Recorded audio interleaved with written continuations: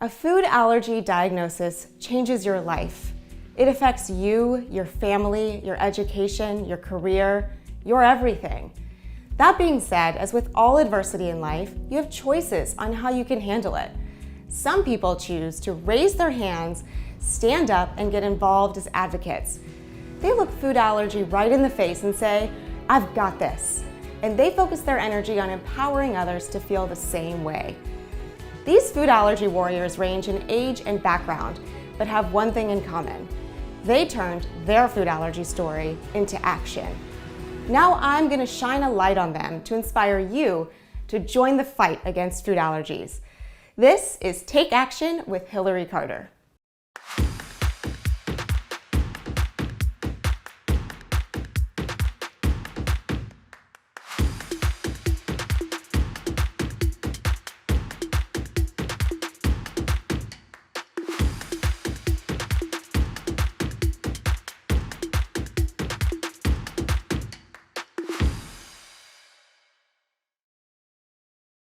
Hello and welcome to Take Action. I'm Hillary Carter. I'm a food allergy mom and advocate and proud member of FAIR's Board of Governors. Today, I am absolutely thrilled to chat with Riya Miglani. She's a young adult living with food allergies who happens to already have her own podcast and already have authored her own children's book. We have so much to talk about. Riya, thank you so much for joining me today. Thank you so much, Hillary. I'm so excited to be on. You are a rock star. I'm completely impressed with your advocacy work and your food allergy work in general at such a young age. So just introduce yourself to the audience here. Let them know a little bit about who you are and a little bit about your food allergy journey, what you're allergic to, kind of what life growing up with food allergies has been like. You got it. So my name is Riya Miglani. I am 16 years old, so I'm junior in high school. I have two younger siblings who also acquire food allergies. They have nut allergies, shellfish allergies. My younger sister actually had an egg allergy, which she grew out of. I have all nut allergies and then shellfish allergies. So I got diagnosed at a young age when I ate peanuts, peanut butter sandwich. Just obviously did not go as planned. So yeah, just I advocate and I try my best to raise awareness. And yeah, that's basically about me. I love it. So tell me, what inspired you to start your podcast? It's called Less Panic, More Peace, which frankly, everyone needs in this world, regardless of if they have food allergies. Tell me, when did that start and what inspired that show? Yeah, so it actually started May of 2020. It was during quarantine. Obviously, nobody knew what the heck they were doing. It was lockdown. And so I actually, like many people, started binging Netflix shows, right? And this is probably a very weird response. You probably would not actually think I would be saying this, but I actually got my inspiration to start a podcast on a Netflix show. It was a Netflix show called All American, and this woman, she was raising advocacy and awareness about something that she was really passionate about. And she had a podcast. And I was like, wait, I can do that. I should actually get up and do something with my life instead of sitting home and watching Netflix shows, right? And so that's what I kind of did. And I wanted to raise awareness for that because my younger sister, she had probably about 15 allergic reactions and she's only 13 years old. And so she kind of acted as my muse throughout this entire experience because I saw what she was going through. It was kind of like I had the inside view of everything. And so I wanted to help and make that change because I know a lot of people suffer not only physically, but mentally with food allergies, right? The anxiety part of it, the depression, the stress part of it. And it really hurt my heart when I saw my sister go through these allergic reactions at such a young age. So I wanted to make a difference. And that's how I kind of started the podcast and getting to meet amazing people like you, trying to change the world. That's amazing. And you've had some really, really impressive guests on your podcast. So I'm not going to, well, I am. I'm going to ask you to pick favorites. Can you tell us what were your favorite few episodes, just so that if somebody's not familiar with your podcast, maybe they can start with those? Okay, obviously you, Hillary. You didn't have to say it, but I will take it. I loved chatting with you, but I promise I was not trying to get a call out, but you have such an impressive list. So I'll take it. But who else? No, truly, I honestly did have, it was amazing. And then also Dr. Soffer, which actually he connected how us we met. together. Yeah. Dr. Soffer is absolutely amazing. Like all of the wisdom, and he talks about integrative medicine and just all of that kind of medical stuff that I really wanted to know and I was really curious about, which was amazing. Also, I had a celebrity chef on my podcast, which was like, I would not have ever guessed that. His name is Jeff Morrow. I'm not sure if you all who are listening are familiar with him, but I kind of met him in Miami and we kind of started to talk. My mom actually recognized him. And so we got to talk and he just said yes to be on my podcast because his child has a food allergy. So it's really like a widespread thing when you think about just random people, celebrities even having allergic reactions or allergies in general. So yeah, those are a few of my favorites. Also Sonia Hunt, who is one of my good friends. She actually wrote a book and published a book. So yeah, Thomas Silvera, just a bunch of amazing people in the food allergy community. It's such an impressive list, and you've really managed to do quite a bunch of interviews, even in this short amount of time. What do you think is your favorite tips that you've heard from somebody else on the podcast? Well, take action is one of them. Take action. Take action. Also, don't let food allergies control you as a person. Control is such an important topic because you always want to be this person for your children, right? I'm speaking directly to parents. You want to be this person for your children. You want to be empowered. You want to be like strong for them, right? And sometimes it's okay to just not. It's okay to let it out. It's okay to cry sometimes. I know my dad actually, I'm not sure if he'd be happy for me sharing this, but he actually wrote, like after an allergic reaction my sister had a while ago in Italy, he wrote letters to her and he was like, I'm so sorry. Like he was full of regret and just like, he was just so sad. And he's like, you know what? It's okay to let it all out. It's okay to let people know how you're feeling because we have a community here, right? And you should kind of share that with everybody because it's an invisible disease, right? Food allergies are an invisible disease. And that's one of the other important things I've learned from Thomas Silvera. He says it's an invisible disease because not many people know it's there, but it is. And so absolutely. Yeah. That's so impressive. And I always forget when I'm talking to you that you're 16 years old. I want you to know that you are so far above and beyond maturity level for where you should be. And it's amazing. And just sort of last question to wrap up the podcast. It's called Less Panic, More Peace. And I just would love to hear your thought process behind naming it that. Because first of all, that's what we all need. I know we said that, but I'm saying it again because in the food allergy community, everything that you just said is so true. There is anxiety, there is stress, there is the worry, all of these things. And we do need less panic, more peace. So how did that come about? Yeah. The name, Less Panic, More Peace. I kind of wanted to do something that struck out to people. Like, okay, what is this podcast about? Food allergies is kind of a very niche kind of topic, right? And I wanted for people to not only food allergy community to actually listen to my podcast, but everybody, because my sole ambition was to raise advocacy. How am I supposed to raise advocacy when all my listeners are just people with food allergies, right? I wanted to kind of expand that notion. So Less Panic, More Peace kind of strikes out to people who don't have allergies, people who may feel like they're different. And so, panic was a really big thing in COVID kind of time. So I was like, okay, this can work. So less panic and kind of give it a more peace, kind of offering something that is relatable in the beginning. And then at the end, kind of saying the solution. You know what? In this episode, I'm going to give you a little less panic and more peace. And that's what all my guests did amazing. So, yeah. Brilliant. So tell everyone where we can find these beautiful podcasts. You can listen to it on Spotify, Apple Music, Apple Podcasts, Apple Podcasts and Anchor, which is all linked in my Instagram bio as well. Awesome. Thank you so much for sharing all about that. And while we're on the topic of podcasts, we're always trying to provide resources to the people who watch the show.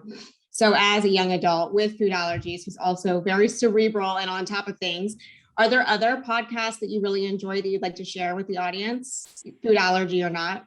Yeah, I definitely I listen to a few podcasts of my own. There are some food allergy and some not, if that's okay to share, but basically some food allergies, Shandyland. I'm actually going to be on that podcast soon, which is what a great podcast I have. It's just so interesting. It's And then a great podcast. yeah, and then just random other podcasts that probably don't have to do with food allergies at all, but having fun on the weekends, it's called something like that. And it's just kind of spending some part of every single day making it good, something fun to look forward to, because we're so caught up in all the work and all the stress. And it's like you just need to wind down a little bit at the end of the day and do something that you like to do. So I like to listen to that podcast a lot. And energy, it's called Energy. I forgot what it was called exactly, but it's kind of where you place your energy and where you don't place your energy on the things that matter. Obviously, like with the food allergies, like you want to place your energy on your family and not too much on worrying and stress. And it's just like these kind of energy, spiritual kind of podcasts I like listening to. So yeah. That's great. And I think it's so important as far as the weekend podcast you noted, and also the energy one. It's important to not think about food allergy all day, every day. And it's hard not to do that when you obviously are concerned about what you eat, but it's so important to have your passions and your school and your family. And as you said at the very beginning, have to be part of you, but not your whole identity. So thank you for sharing those resources. I'm sure people will love to check out those podcasts. Before we move on, I am going to have to ask you about the sign, Embrace the Chaos. Tell us about that. I love it. Of course. Embrace the Chaos is a book my dad actually wrote. He wrote 3 books. Treat Your Customers, which is his first one. He actually worked at a Dairy Queen in a very long time ago. His parents Dairy Queen when they moved from India to over here, and he was like 9 years old. He worked in the Dairy Queen when he's a teenager, when he's studying, everything like that. So Treat Your Customers was really like a business kind of book. Then he wrote Embrace the Chaos, which is his second book right over here. This is like free plugs. Wow. And then third one is Make Your Own Luck. So they kind of all have to do with self-help and embracing the chaos, embracing the change in work life and business life. And he actually spoke, he's also a motivational speaker. So he spoke to Whole Foods about embracing change and embracing that chaos we all think we have throughout our daily lives. Well, he must be very happy to have such a smart, awesome daughter who is also a brilliant publicist, but also I can see where you get it from. It's amazing to see the work that he's done and how that clearly translates down to the work you're doing. And as a parent, I love to think that the work that we do in our lives will kind of fall down to our kids. So that's awesome. So let's talk a little bit more about books. You, my friend, are an author, and it's so amazing. So you just published this children's book, The Hidden Hero. I have read it. It is gorgeous and beautiful and such a good message. I'm going to let you tell the audience about it, and then I'll give you some of my favorite things about it too. Well, first of all, thank you so much for kind of getting the book. Hillary, you're just an amazing supporter in this entire process. Like you were one of the first people I emailed about my book. And quite frankly, I was nervous, right? Like kind of putting something, it's like a baby, my book was like a baby. It's been like kind of in my little office. I'm literally in this room all the time. I'm just working on it. So I was like in my basement all the time. And I was just working on it, and it's like a baby. So I kind of crafted for about a year now. And you were one of the first people in that food allergy community that I emailed about, the book. And I wanted to really share it with everybody, my podcast guests and everyone in that community. So thank you for really being a really huge supporter. It really means a lot to me. My pleasure. Tell us about the story, because it's such a beautiful story. Yeah. So it's called The Hidden Hero. And it's basically about a girl who is a 9-year-old girl, Hazel Harris, and she kind of thinks that her food allergies are something that's stopping her from either becoming someone, it was like basically like a moth in a jar, and if you will, right? She couldn't really spread her wings because there was something that was holding her back, which was the jar, right? And so The Hidden Hero is about how a girl with food allergies discovers her power. And she gets bullied a lot by this girl named Zoe. This girl, Zoe, kind of waves the cupcake all over her face. And that was kind of inspiration from one of my podcast guests who was bullied because the kids wave their allergens in their faces. It's like so cruel. So I wanted to incorporate that within them and in her. So I have the book right over here. And it was basically the mantra at the end. It was like, be different, be invincible, and be a hidden hero. So it also not only speaks to kids with food allergies, but kids who feel like they're different. And I know different may seem like such a detrimental term or word, like, oh, I don't want to be different, I want to fit in. But it's like quite the opposite. If you're different, you're unique. And if you're unique, you're invincible. And if you're invincible, you're a hidden hero, because most hidden heroes have a superpower within them, right? Not many people know about their superpower. And I feel like allergies, obviously, there are bad things about having allergies, right? You may feel like really down upon yourself, but you have a strength, you have a power, and you can turn that weakness, turn that kryptonite into strength. And so that's what I really wanted to do. And not only food allergies, but kids with like thick glasses, kids with vitiligo, kids skin very, I wanted to kind of incorporate also the skin conditions and other conditions that children may have. And there's more of that mental mindset instead of a physical one, more mental. And I think that it's basically about empowerment. And I think empowering children is so significant for future generations, because when they're empowered, they believe that they can do anything and change the world for the better. So I wanted to really shine the audience on children, really, with food allergies. It's so terrific. And you handled it so beautifully. And I agree with your whole message. And what I loved is in there, you talk about how you basically say, everybody has something. The mother says to the daughter, everyone is dealing with something. You may not see it. You're dealing with food allergies, but everybody has something they deal with. And that is the exact same message that I say to my boys, because there are definitely times where they feel different and they feel left out. And I'm like, look, all of your friends, if they don't already have something to deal with, they're going to have something they have to deal with. That's just the human condition, right?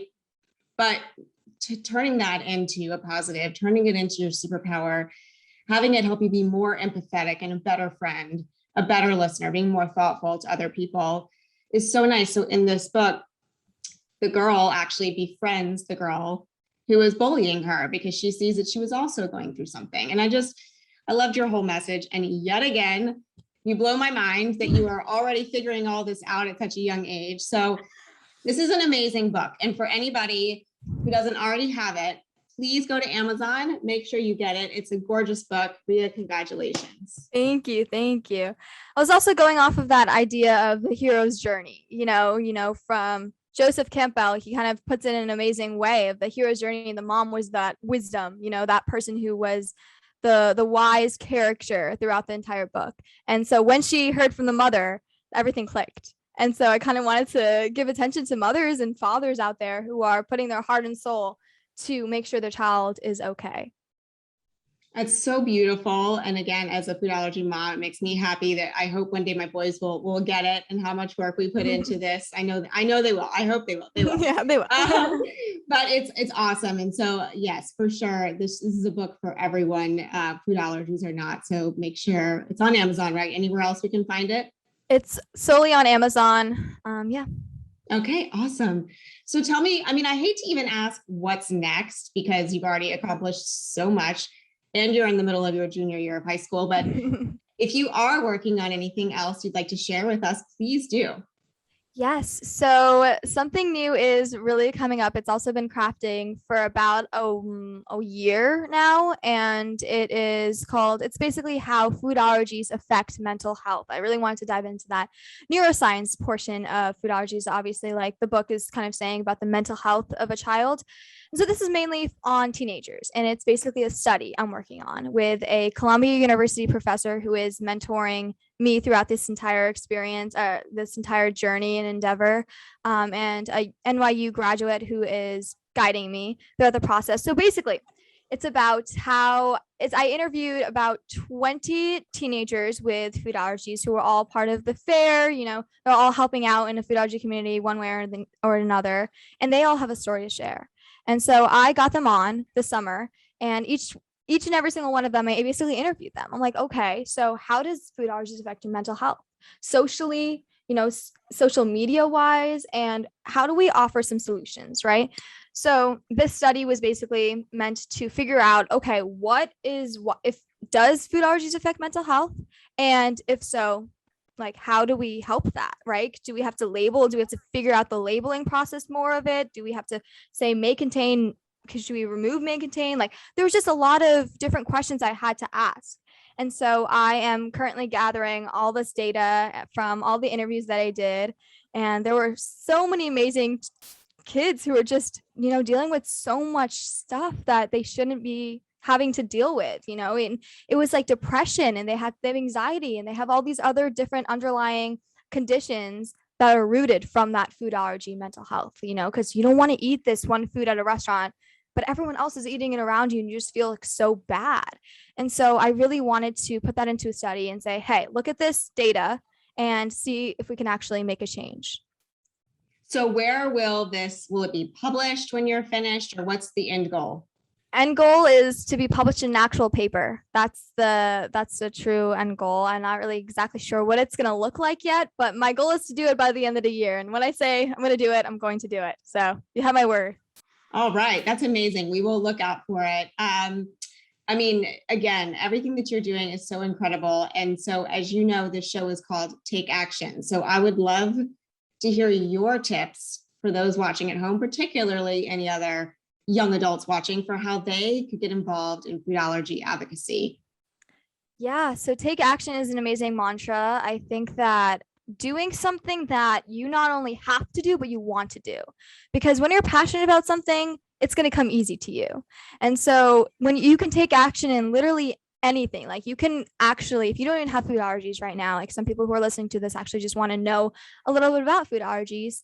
If you don't have food allergies, just ask somebody who has food allergies to tell them, you know what, it's going to be okay. If you're at a restaurant and you're eating dinner with a person who has food allergies, just comfort them, say, hey, are you feeling okay? Just check in on them. If someone does that, it's like, it feels so good. It honestly is amazing, because it's like, oh, you actually care about me, and it really feels good. So obviously take action that when people who do have food allergies, make sure you just take care of yourself as well, right? It's so easy to get caught up in everything. So kind of taking care of yourself and understanding where you are in this world and not making food allergies your identity is so important. So those two things are the really big things you can do to take action. Also, like social media, you can just be part of anything you want, like FAIR, amazing resource, be part of that, reach out and really help people any way you can. Those are such great tips. I'm a huge fan of self-care, so I love that one. And checking in on other people is always so nice. We do all need to feel like we are all in this together. So it's so nice to be thoughtful of everyone, regardless of what they're going through. So you've given us some podcasts, and you just mentioned FAIR. Of course, anybody who's looking for any sort of food allergy information or content can go to foodallergy.org. Do you have any other great food allergy resources that you rely on that you would share with the audience? Yes. So I am one of the Teen Spoken ambassadors, and Spoken is, I can't preach this enough, but the Spoken app is such a huge resource that I absolutely love. Spoken, and also the different types of apps that are launching soon. I can't really mention, but there are just a bunch of apps that I'm part of that are launching in the fall season, which is amazing. They kind of help you figure out what's called the FIG app. I can say it. I don't know if anyone's familiar with it, but it's called the FIG app, and it really narrows down what you can eat and what you can't eat, and then you actually order that. Like, it's on college campuses, and it's really hard to navigate life as a young adult when you're in college too, because you have nobody there to help you. So it's the FIG app, and it basically helps you figure out a food that you're allergic to, right? And it narrows down the foods that you can actually eat, and then you can actually go buy that at a store somewhere. If I'm getting it the right way, but I think that's what the app is about. And then the Spoken app, which is amazing. I know a lot of people are familiar with that. And I think I saw you just recently published a travel guide for Spoken, didn't you? Mm-hmm. Yes. Yeah. So everybody can go on and check that out. Very impressive. Yeah, I think I'm so grateful for technology and all the ways that we can connect these days. So thank you so much for all your tips. I'm just going to ask you if you have any final thought that you'd like to leave with the audience. Well, I would love to, first of all, thank you so much for having me on. And I just wanted to say that empowerment is such a big mantra I have throughout everything. So if you're not feeling empowered, just read the book first, and actually just take care of yourself, and not only yourself, but people around you, and do something that you like to do. And if you do something that you like to do, then you will feel empowered and you'll feel great and you'll feel strong and you will be a hidden hero. So thank you so much. I love it so much. Last thing, Riya, tell us where we can find you online. Yes, so you can, I have a website, it's called www.riyamiglani.com, and that's where you can go for that, as well as my Instagram, which is riyamiglani10, and then my Gmail, which is riyamiglani10@gmail.com. So you can contact me there, and that's where you can find me. Perfect. Well, everyone can keep an eye on you and all the great work you're working on. I can't wait for the study to come out. That is so impressive. I'm thrilled to have chatted with you today. Thank you for all your resources and tips and your time. And as always, if anybody wants to follow along with me, you can find me at hillarytollcarter.com or on Instagram at hillarytollcarter. Riya, you are a gem. I'm so impressed with you. Loved catching up. Thank you so much for joining me today. Thank you.